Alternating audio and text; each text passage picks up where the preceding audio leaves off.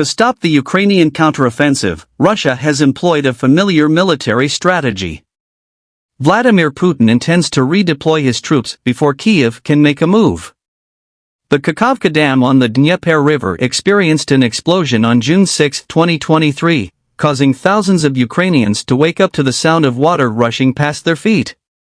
At first, there was confusion over the dam collapse and who to blame.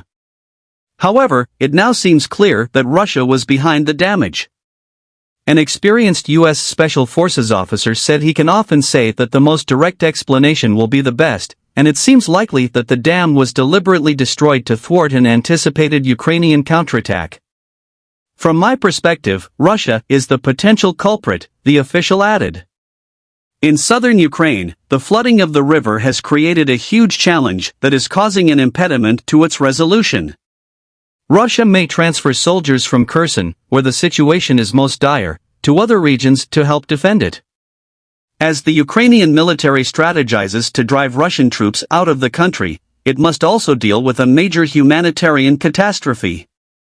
And this is where an old military tactic comes into play.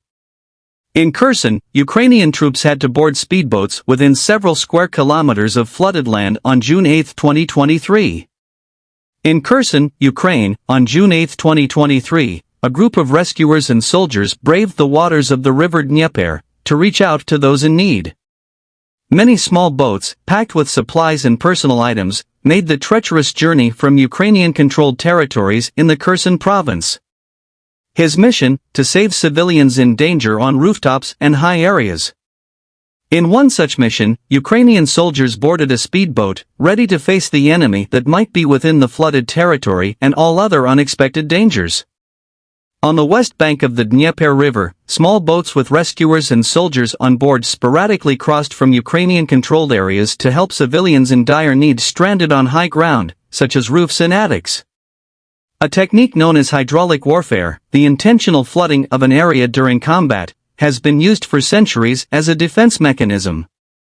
The effectiveness of this technique is prominently visible in history, with cases such as the 80 Years' War, between 1568 and 1648, in which Dutch rebels demolished dikes to flood low-lying areas and thwart Spanish invaders. A hydroelectric dam on the Dnieper River in Zaporizhia in Ukraine was blown up by the Russian secret police to prevent the Nazi advance in 1941. Similarly, the Chinese military broke dams along the Yellow River in 1938 to hinder the advance. Japanese. These are just a few examples of strategic dam demolitions to prevent the advance of the enemy throughout history. During the ongoing conflict with Russia, the Ukrainian military has implemented hydraulic tactics to protect its capital, Kyiv, with great success. Beginning in February 2022, the Ukrainians tried a variety of methods, but ultimately resorted to breaking the dam on the Irpin River to stop the advance of large Russian mechanized units towards Kyiv through Belarus. Furthermore, to strengthen their defense, the Ukrainians intentionally flooded the Zdvyzh and Teteriv rivers, making them unnavigable. These floods would prove pivotal in the most critical battle of the war thus far. Hydraulic warfare is not especially inhumane, however international humanitarian law requires that it meet specific standards of military necessity and proportionality when implemented.